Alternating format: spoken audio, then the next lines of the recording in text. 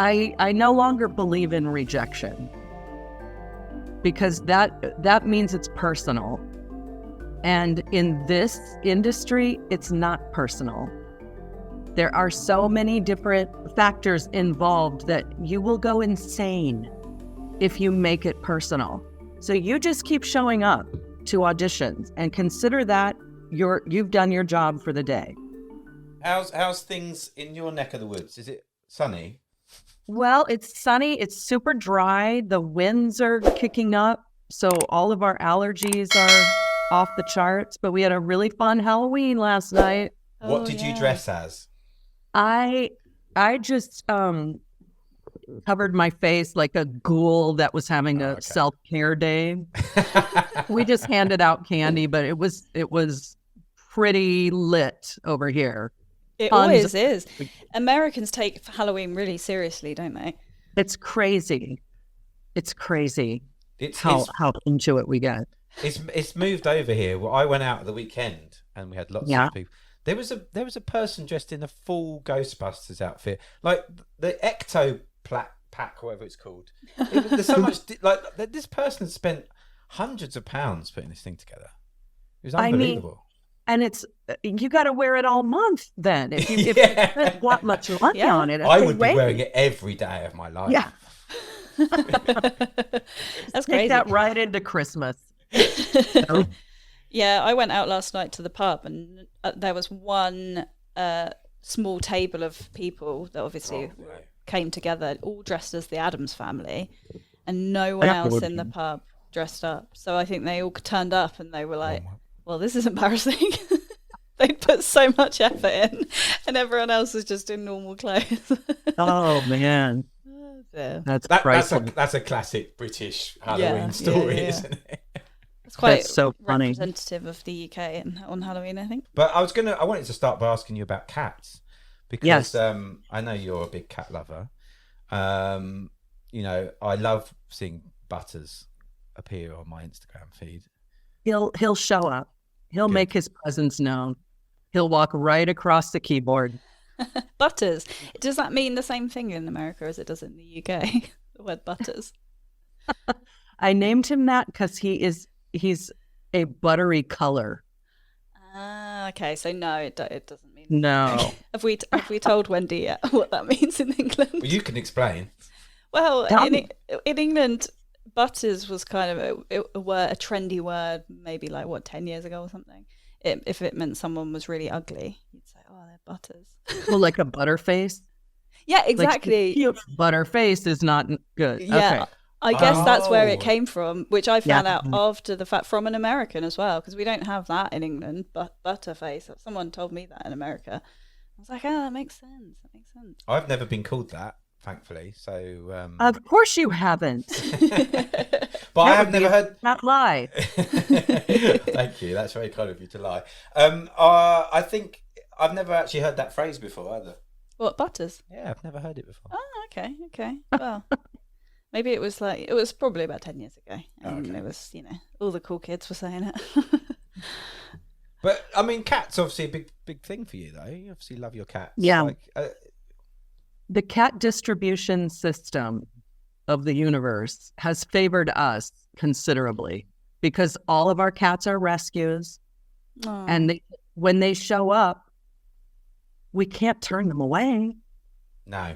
And so then all of a sudden you end up with 7, which is what we have right now. You got 7? 7. Wow. Oh my God. And 5 of them stay in one side of the house, and Butters and the oldest kitty stay in this side of the house. But Butters is so mean that the other 5 just want nothing to do with him. Wow, he's taken over. He's taken over, and he's very, I'll keep you here till tomorrow talking about him. So you should just he's wonderful. I mean, because I'll bore you to tears. Well, I mean, if anyone follows you on Instagram, you'll see many videos of Butters. He's very mischievous. Oh yeah, and he loves to be photographed. He knows his angles. This is not a joke.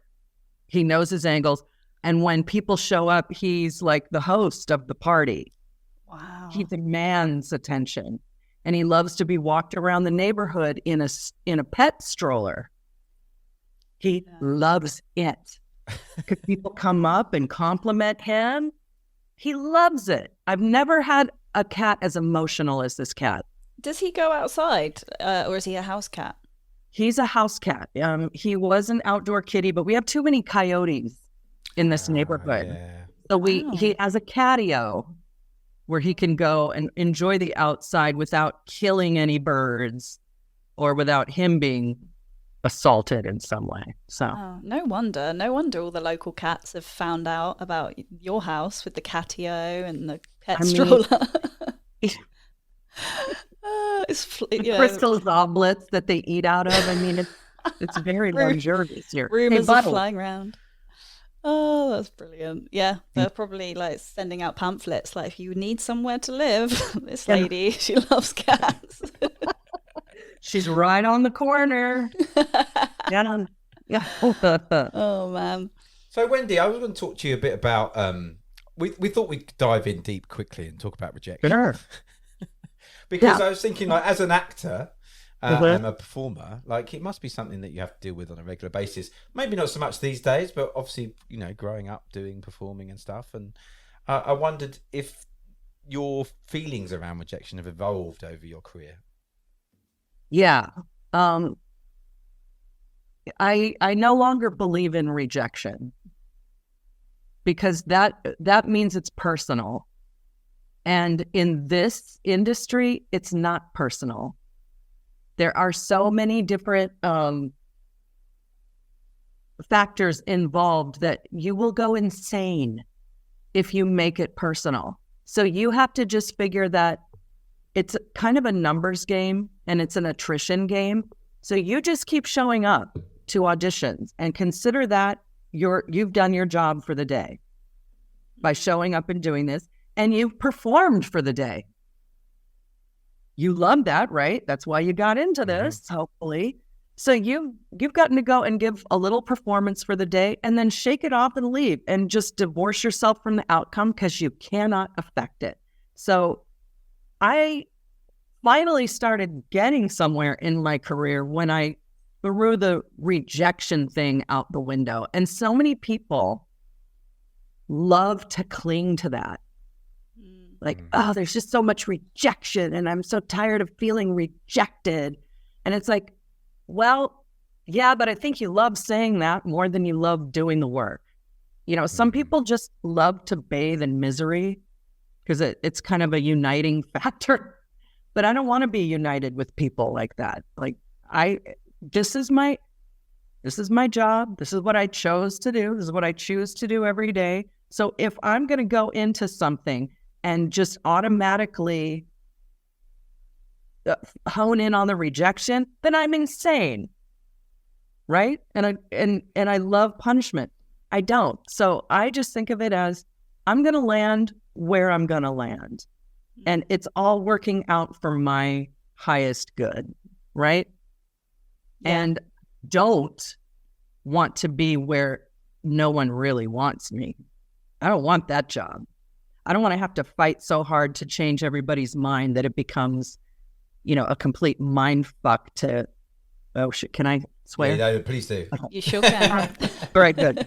I don't want to like end up in a job where I'm constantly walking on eggshells and having to prove myself and feeling like, oh, I'm going to get fired any minute. I've been on those jobs. I don't need to do that again. Never again. So I just threw the rejection thing out. I like the word redirection. I know that sounds very woo-woo and, you know, airy-fairy, but again, if I have chosen a career where I have to make excuses for rejection and abuse and all this stuff, why am I doing this? That makes no sense. That takes all the joy out of it for me.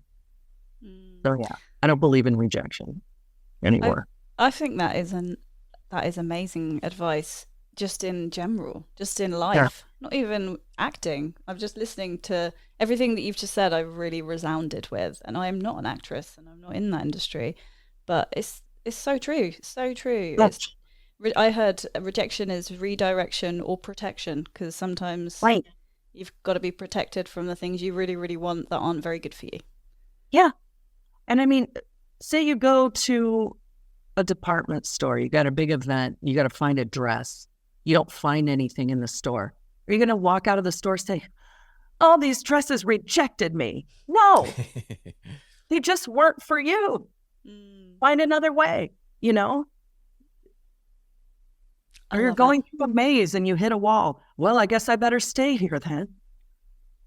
This wall just rejected me. I can't find my path. No, just turn to the left, turn to the right, turn to the right. You know, yeah. It's not, there's another way. So find it. It's really interesting you saying about people kind of wallowing in that and like actually digging into the fact that they have been rejection as, I guess, I don't know, maybe as a way of proving that they, I guess in some respects, proving their own point that I wasn't good enough or imposter syndrome or something. It's like a self-fulfilling prophecy. Yes, self-fulfling prophecy. Yeah. That's so really at least you can feel good about being right about that. Yeah. Like, is that what you want to be right? Yeah. And I wonder if, you know, in your industry, you do meet a lot of people that, you know, who do that. I mean, I think I do in my creative industry. Oh, and mine all the time. Yeah. Yeah. And then you look at the big picture and you're like, oh, I see why this kind of isn't working out for you. Because that's the way you planned it. Yeah. You planned it to be an uphill battle. And there's something about that misery that you like. It feels comfortable to you. So that's why you're not advancing. You got to shake that off if you want to get to the next level. I you know, again, 54 years old, I've gone through this. So I can look back and see see the times where I was wallowing in it. And I'm so embarrassed now. Well, I was going to ask, have you always have this kind of view on it, or did it take you certain setbacks and what have you to get to this point where you just don't give a shit? Yeah, it took quite a few setbacks, and it took just, a real honest conversation with myself about, because I started a little later in this whole acting thing. I was in my 30s when I really started getting somewhere. And there was a time when I had just gotten into the Groundling Theater. I don't know if you guys know what that is and where you are, but it's a big comedy improv theater, and it's kind of a big deal. A lot of those people go on to be on Saturday Night Live or things like that. So I had worked really hard. I got into this theater, became a member, but I didn't have an agent. I didn't have anything. And everyone around me was always talking about, oh, I just went out on this audition and this audition. And I'm sitting here thinking, well, I'm not even getting the chance. This is not fair, How come no one will sign me? There was an agent I was chasing for a long time. And then it became, well, you know what? I'm never going to go backwards. I'm never not going to do this. So now that I'm here in this company, I'm just going to keep going. And if I never make any money, that's just going to have to be the way it is. But I'm never going back to that colorless life I was living. And so everything's just going to happen the way it happens, And it was having that conversation with myself and taking the pressure off of any outcome that made doors start opening. Because then I wasn't carrying that burden into the rooms with me, because people can feel desperation, Oh, so 100%. After that, it was like, okay, this is how it is. Or, there are parts that I've fought to get, and then you get there and it's so terrible that you wish, oh, please fire me. Please. And so that's why I know now, don't push for things. Don't push. If it's meant to happen, it's going to, what is meant for you will never pass you by. And that's true in all respects. So I love that. Yeah, I say that to Giles all the time, don't I? Yeah, it sounds like I'm someone who needs some. No. No, I don't say it to you. I say it to him daily, because it's like he's always banging on about this and that not happening. No, it's like I say it to to myself really, but through you. Okay. But it's so true, and it's kind of similar to like if you're in a relationship with someone, or you go on a date, like if you go on a date with someone and they're super desperate and you can smell the air of desperation, you're not going to want to be in a relationship with that person or friends with someone like that. Do you know what I mean? And so, and also, why would you want to be in a relationship with someone that doesn't want to be with you and doesn't choose you? And it's the same for work and like experiences in life. I think it's such a healthy way to go through life, for sure.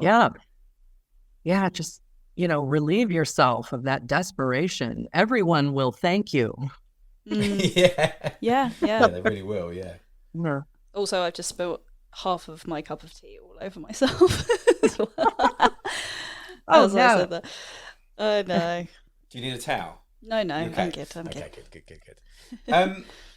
So I was moving on from that. I guess like when you're in the room and it's going well and everything, and you said like obviously you can feel that. You can feel when it's not going well, but when you're in an event when it is going well, how do you deal with that as well? Because I think sometimes we don't think about when it's going well, how we deal with how it's going well. I know it might sound like a strange question, but to sometimes compartmentalize the good times with the bad times.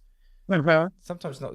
I've talked to performers before who've said like they've had for example, comedians who've said they've had a great gig, but they don't want to hear that afterwards. Like that it's been great. They can't sort of accept it almost. That's crazy. I know. But that's because it's crazy. Because I suppose because they've come out of that raw moment and they just want to kind of digest it, maybe. But I don't know what you're like when you're, when things are flowing well.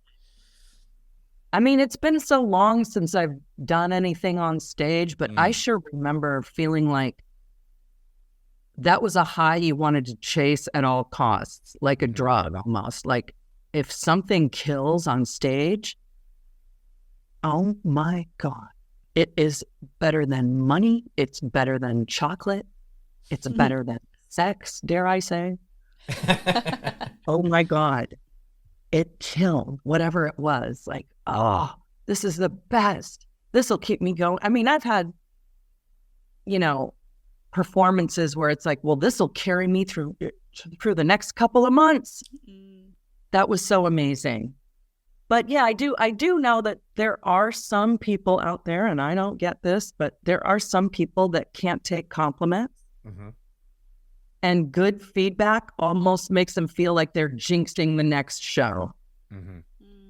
I'm just curious when you said that you'd get, a joke would go well and you'd be like, oh my God, this could carry me through over the next few months. How long did it actually last before, the buzz died off? Because just from my experience in my career, when something really cool happens and I'm like dancing around the house, like this is amazing, within like half a day it's back to like the hustle or the grind. Oh sure, yeah, absolutely. Or like, I've never done stand-up comedy, but I've done a lot of sketch comedy. So maybe you'll do a sketch and it kills and you're like, yes, I'm the greatest. Woo! I mean, after intermission you could have something that tanks and then the whole thing's down the toilet. But in that moment, let's say you have your entire show was great.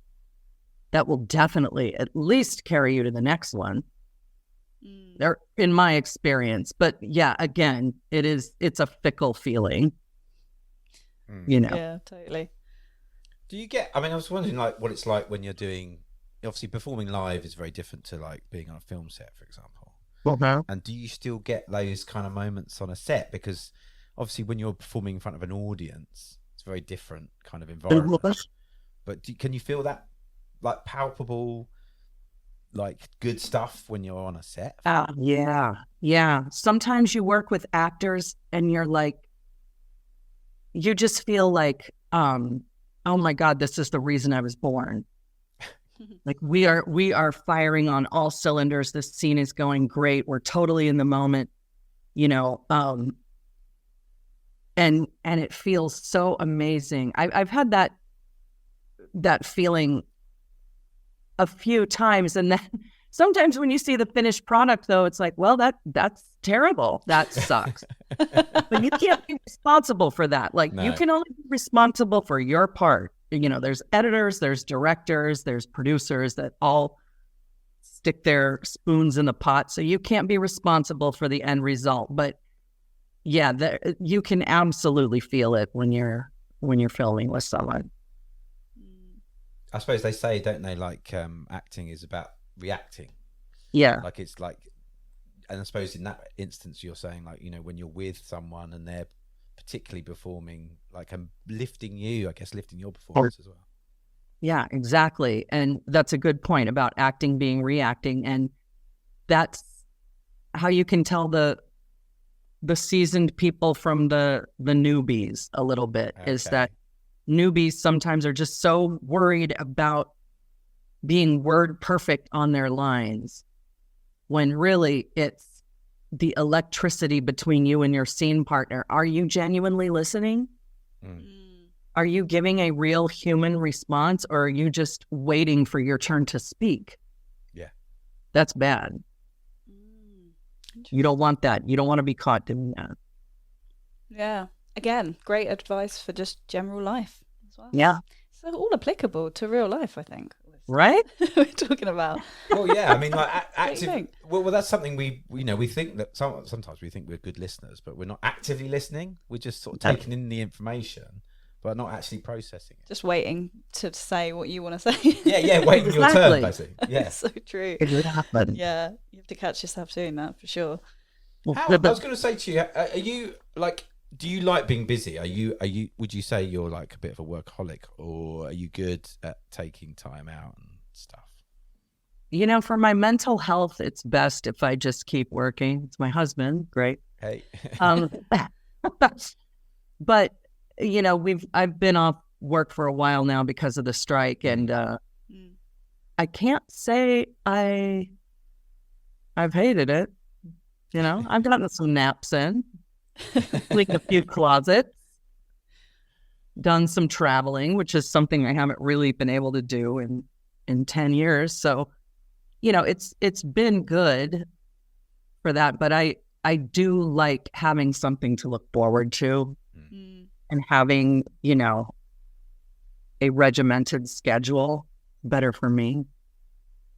But yeah, I am a little bit of a workaholic, but that's just because I like what I do. And I know that it's, this isn't a fickle industry, and you just never know. You have to make hay while the sun shines. So, it's this forced relaxation period has been a blessing, but I'm ready to go back. Yeah. I was wondering as well, when it comes to a project kind of finishing and ending, especially one that's been going on for quite a long time, like the Goldbergs, for example, does there come like an element of, you get that closure, and then there's almost like a grieving period after that, and it's like saying goodbye to a part of your life and a family, for example? Oh, it's been torturous to say goodbye to the Goldbergs. It's been absolute.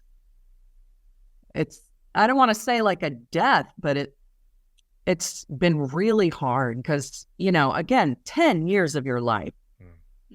And we were fortunate enough to be able to keep a lot of those crew members. So they're their family too. And we've watched so many marriages, so many babies being born. They've grieved with us when we lost George Segal, and we just had a lot of things happen, and so that has been excruciating. So I try to keep in touch with everybody, and at least just send out texts, saying I'm thinking about you. But they sent me on like a farewell press tour. Oh man! And I mean, I must have cried on every talk show, every day talk show in the United States. That was really hard to do. And it's hard because right now we would normally be working. I would normally be shooting a Christmas episode or a Hanukkah episode right now. But we did get to go to the wedding of my TV daughter a couple weeks ago. So that was a nice reunion where we could just kick up our heels. We weren't in costume or anything. So that was really nice. But yeah, you do every project you work on, even if it's only a week, like you bond with people. You spend a lot of time with them, and then you're ripped apart, and sometimes you don't see somebody for years. Yeah. Hate that. Well, yeah, it's a really intense working environment, isn't it? Like working on a film set or a TV set. It's not a normal 9 to 5 job in an office where you go home and you leave work at home and what have you. You know, it's like long days, intense stress. You know, I can imagine that you do form these really strong bonds. And even just like watching, you get like behind the scenes or the reunions of big TV shows, even just watching them, I get emotional because I'm like, God, I can't imagine. It's like having your family ripped away from you all of a sudden, like everyone going back to their parts of the world, wherever they came from, kind of thing. Yeah, it's tough. It's tough. I mean, you spend more time with them than you spend with your own family. Cheery. That's I mean, goodness. I mean, the idea of going around having to sort of dig it all up every for a whole tour, that's quite cruel. I can understand why they needed you to market the show, but yeah, that feels like it must have been really a difficult thing to do every night, like going around. Because I guess obviously you're at the same time you're super proud of it and like want to talk about how great this experience has been. But yeah, I can imagine that must have been hard. I don't think we talk enough about the grief that comes after the end of a project or a job or anything like that. You think of grief and you associate it with death or breakups and stuff like that. But especially if you're a creative or you're self-employed and you work in any kind of creative field, you do become so attached to your projects, don't you, and the people in them, and whether that be a film or a book or a piece of art or whatever it is. And then when that comes to an end, not only have you got the issue of not having the structure and the routine and the purpose. I think purpose is a huge thing as well. Like if you're lacking purpose, you're lacking so much in life. And then the people too. It's like we don't really talk about that as being a thing, I don't think, do we? Yeah. No, but you end up, speaking to, like, for instance, I was in Winnipeg for 3 weeks this summer before the strike, filming something that was very near and dear to my heart. But, it's 1 a.m. Yeah. Everybody's tired and you get slap happy, where everything is like super funny, but nothing is funny. You're just so tired that you can't stop giggling. And, you're laughing till you cry with these people. And then the deep conversations start coming out because it's the middle of the night and they're setting up lights and it's taking forever and the pizza is cold. And you're just like really getting into it with people and revealing your deepest, darkest secrets. And it's the greatest thing. But then the project ends and you're just like, oh, bye. Yeah. Have a safe flight, and all you want to do is check in with them. And yeah,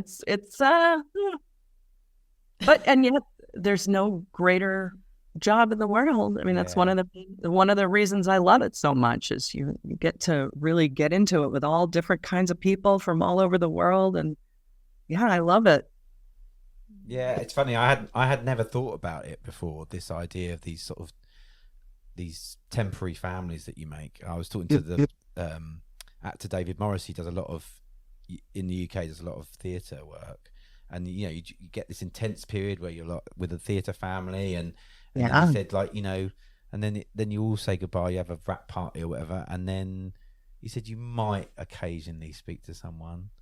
And he said, then you're just on to your new family. And then you've got this brand new family that you're kind of having to connect with. And then it just goes on and on and on. And you're just perpetually making new families and losing the family and making a new one. And it just sounded really kind of heartbreaking. No, it's exactly. And theater is exceptionally intense. Yeah. And I have to say also so much fun. Like just being in the dressing room with a bunch of crazy actors before the show and after the show, it's the greatest thing in the world. It's better than any party you will ever go to. Yeah, so to have that ripped away, it's no wonder we're so off balance and moody and annoying all the time. Well, it makes me wonder when you've got two people that are in the same industry in a relationship or a marriage. So you've got two actors or, two musicians, whatever it might be, why so many of these relationships don't work out. They don't pan out because it's kind of like two people in very intense working environments going through this roller coaster of emotions up and down all the time. Yes. It usually does end in divorce, doesn't it, I guess? Yeah, and the theater crushes are a real thing. Oh, really? Show crush. Interesting. Someone always gets a crush on somebody, and then it becomes bothersome. Yeah, I don't know how actors marry other actors. I married a normal. Yeah. A normal. Everyone needs their normal. A normal person. Yeah, you've got your kite. I always heard about you've got your kite, and you've got the person, which is the creative that just sort of floats around, and that'll be us too. And then you've got the person like Shell, who like holds you to the ground and like keeps you grounded. And yeah, it's important to have that person, I think. Absolutely. Yeah, your ballast, I guess it would be. Is that a kite rider? No, I don't know. Well, kite driver. That's more of a nautical. That's a nautical reference. But your point is made. Are they sort of saying that to your partner? Oh, you're thank you for being my ballast all this time. It's not quite as flattering, is it? It's not very romantic. Yeah. Mutual ballast calling. Thank you for being my ballast all this time. But no, it's true actually. I think you're probably right actually that it's very difficult if you're both doing something quite as intense as, like you say, being an actor, or any creative industry for that matter. Yeah. I used to work in the film industry many, many years ago as a body double stand-in. So it was more kind of like a crew role, really. And oh my God, the affairs that went on, and it was crazy. Oh, you're dishing the dirt now. Yeah, well, again, because you don't see your family for huge amounts of time, but you are seeing your on-set crush every single day or whatever, and it's it's crazy. I just don't know how people bloody do it, to be honest with you. But again, I vividly recall those moments of hysteria at probably 11 p.m. when you should have wrapped hours and hours ago, and you're tired and starving, and you're giggling, and then you're getting told off for giggling because they're still shooting, and then it makes it worse. Yes. And it's so embarrassing to be the one that can't pull it together, and that's you, me. Once I giggle, forget it, just pack it in. We're not going to shoot anything. I got in such trouble on a movie, and the director, oh, shame on me. The director came over and said, "Are we going to have to shoot something else? You're being very disruptive." Wow. Oh no. That's like the an adult woman. I'm not in kindergarten. I am an adult woman, and I cannot pull my shit together. That sounds like the equivalent of being at school when they're like, "Are you going to have to go outside, or are we going to have to go stand on the red line?" Yeah. So do you corpse a lot when you're performing? Are you a corpser? Am I what? A corpser. Have you heard about corpsing? So you laugh when you're doing a scene, for example. Oh, I've never heard of that either. I've never heard that. That's called corpsing in the UK. Why is it called corpsing? I don't know. It's just called corpsing. Oh. So yes, when you can't help yourself but laugh when you're doing a scene. So outtakes. That's when you corpse. You see. I don't know why it's called that. I need to look that up. But it's called that. Yeah, I'm interested to know. Okay, while you tell me, reveal if you are one or not, I will find out why it's called that. But yeah, I'm usually the first one to break character. I give good bloopers. I'll tell you that, but it's a problem because there are a couple of times when they've just had to shut the cameras down and then take me to makeup to reapply my makeup because I've cried it off from laughing. That just means you're the fun one. So I found out it says it's actually a theatrical slang. Okay. So it's you spoil a piece of acting by forgetting one's lines or laughing uncontrollably. And then as an example, Peter just can't stop himself corpsing when he's on stage. Wow. So yeah. Okay. I mean, I don't know who Peter is, but he's obviously not very professional. Yes, and on stage, that is it's so bad. It screws your other actors. It screws the scene after yours. Yeah. It's not a good thing to do. But some people think it's adorable. So they do it all the time. Ugh. Yeah. Is the Not best way cute. of it. It's not cute. And the audience will laugh, but it's almost like being tickled. Like you can tickle me and I'll laugh, but I will not think it's funny. Yeah. It's just a reaction. Yeah, it's like an uncomfortable thing, right? Yes. So anyone listening who thinks you should be giggling during your scenes, don't. Everyone hates you. Yeah, you're wasting everybody's time. That's and your right. own. Yeah, it's your own time you're wasting. That's right. Oh dear, yeah. I remember once we were giggling about something completely irrelevant on set, and this guy came out, just walked over, and he was in an entire suit of armor. He couldn't bend his arms or legs. I think we were laughing because he had a helmet on with a slit for his mouth, and he was trying to drink from a really long straw because he couldn't bend his arm. So he had a really long straw, and he was trying to get the straw in the hole. Well, he didn't think to take his helmet off. We were laughing. I think he was an extra, so I don't think he thought he was allowed or something. He was being so polite and so charming, wasn't laughing, and all of us were just cracking up. And then we were getting shushed and told off, and so they were trying to laugh quietly, and we were all like, and then he went to try and sit down and just fell backwards onto this chair, and the whole chair collapsed.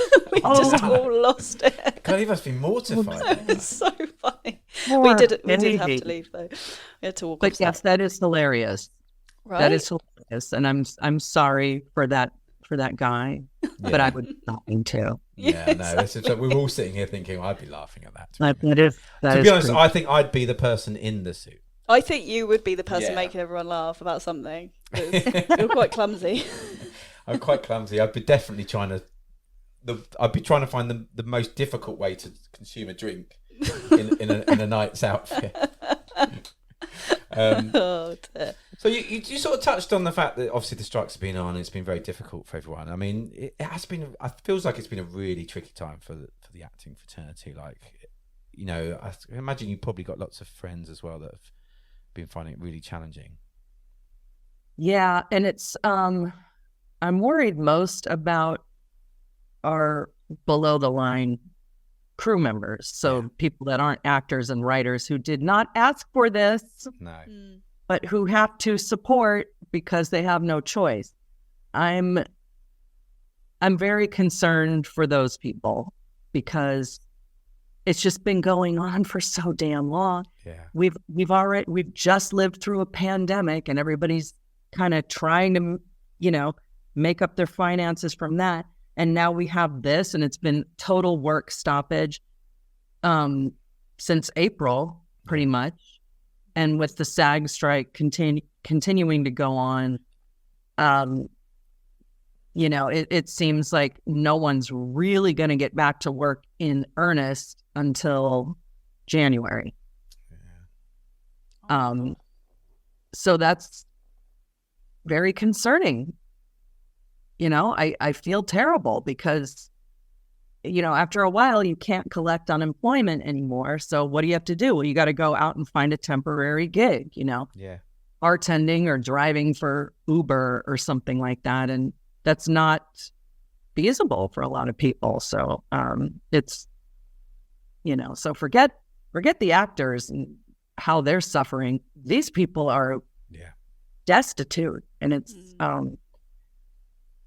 it's messed up. It's a necessary evil, but it's not, they did not ask for this. So it's, I have a lot of sympathy.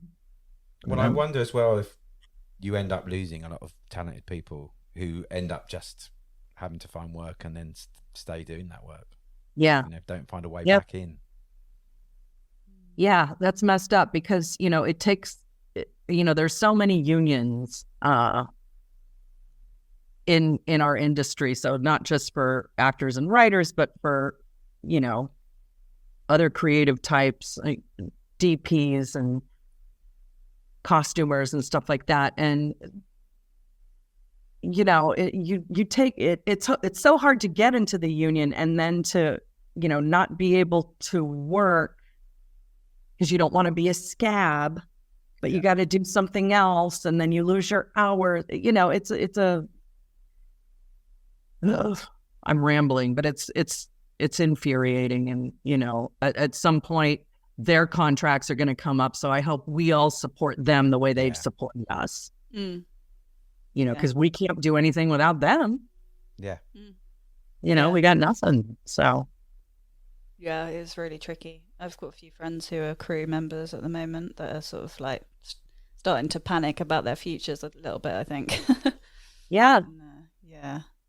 Yeah. It's hard. It just makes you realize, I think just being self-employed in general, I think anyone who's self-employed can probably relate to that panic, especially, as you say, over the pandemic when all freelancers were kind of like, oh crap.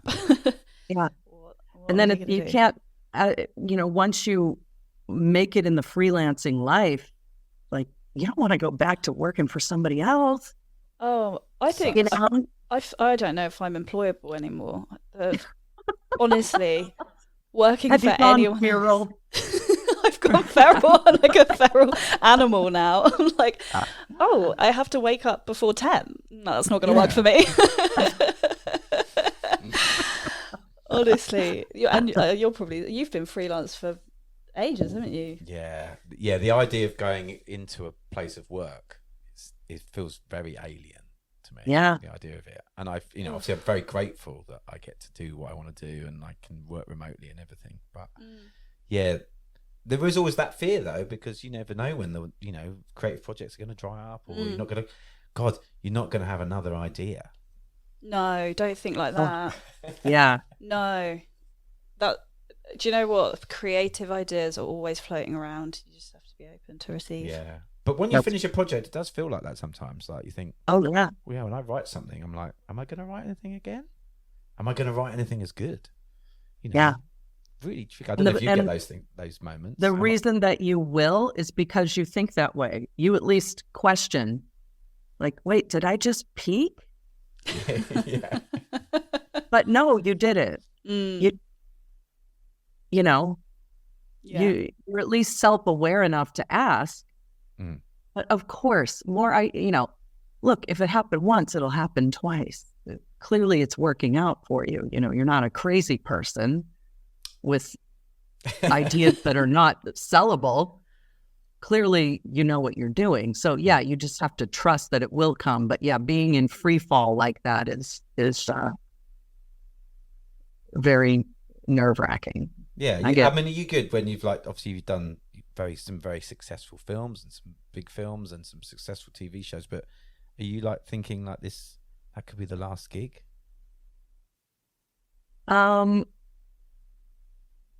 I sometimes think that way, but mostly I feel like I haven't gotten started yet. I feel like I might really hit my stride in my 60s or something. Mm-hmm. Like I'm still ramping up.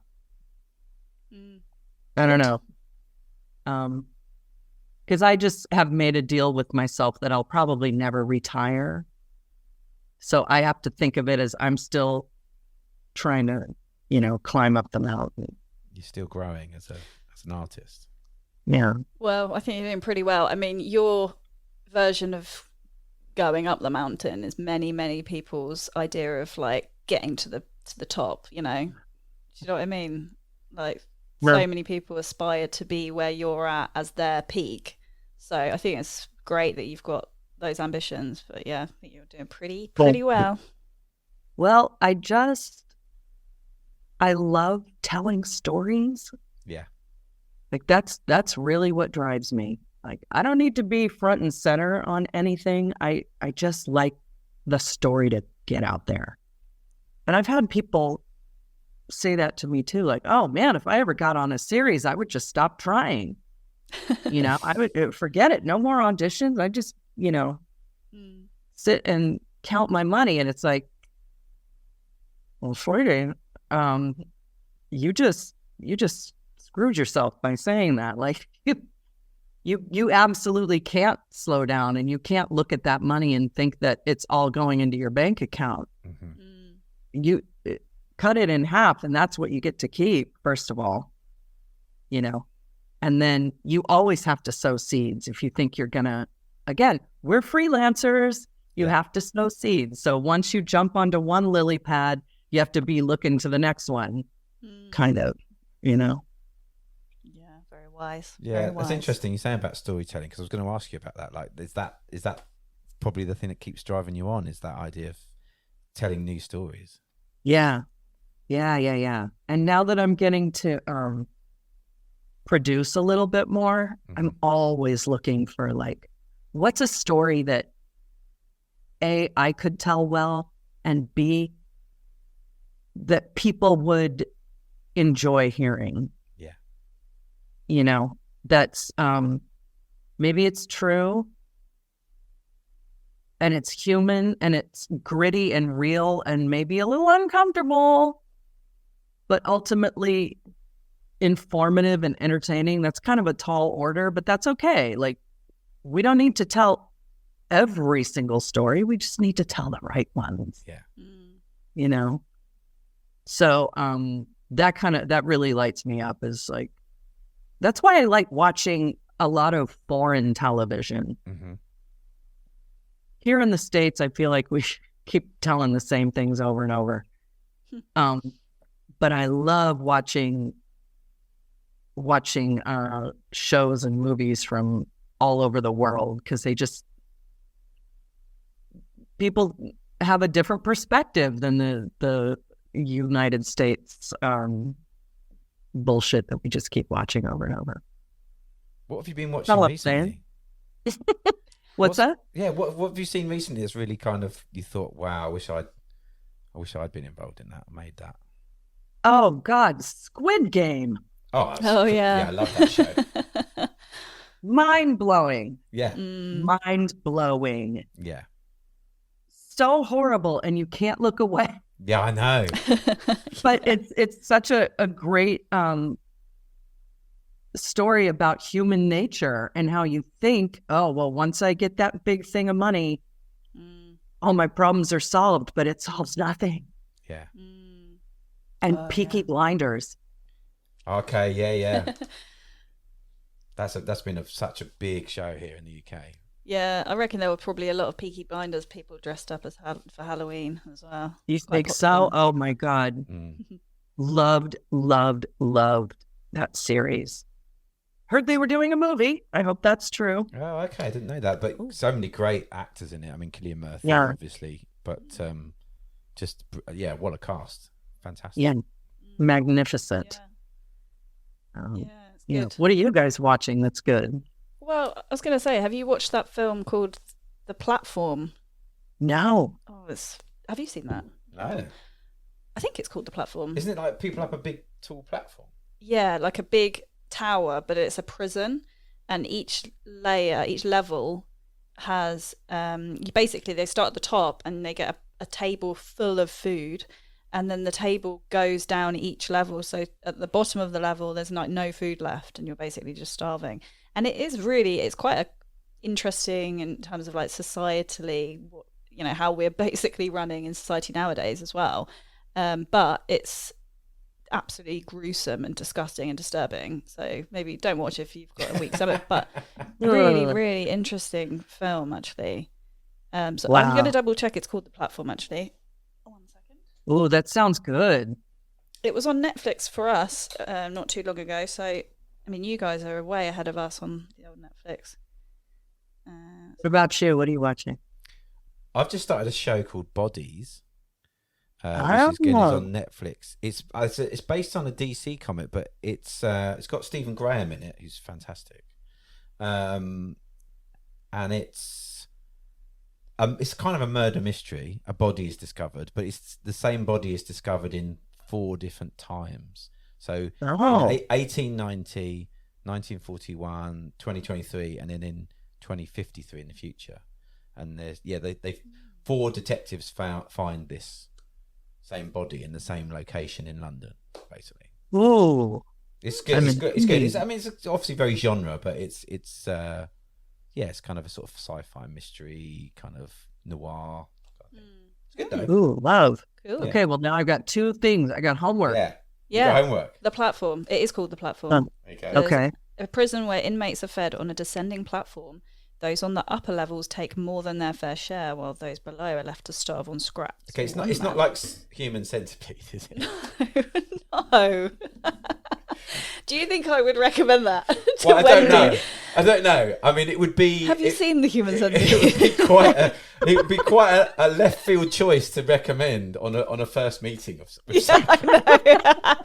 Really testing the boundaries. She's asked me to describe something I'd like her to watch.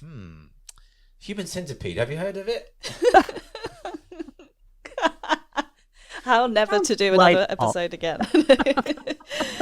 No, The Platform, it was great. What else is there? I'll have a little think about other stuff. I'll send you some recommendations. But I mean, do you know what? We're so lucky, aren't we, these days? With so much content. There's so much stuff to watch.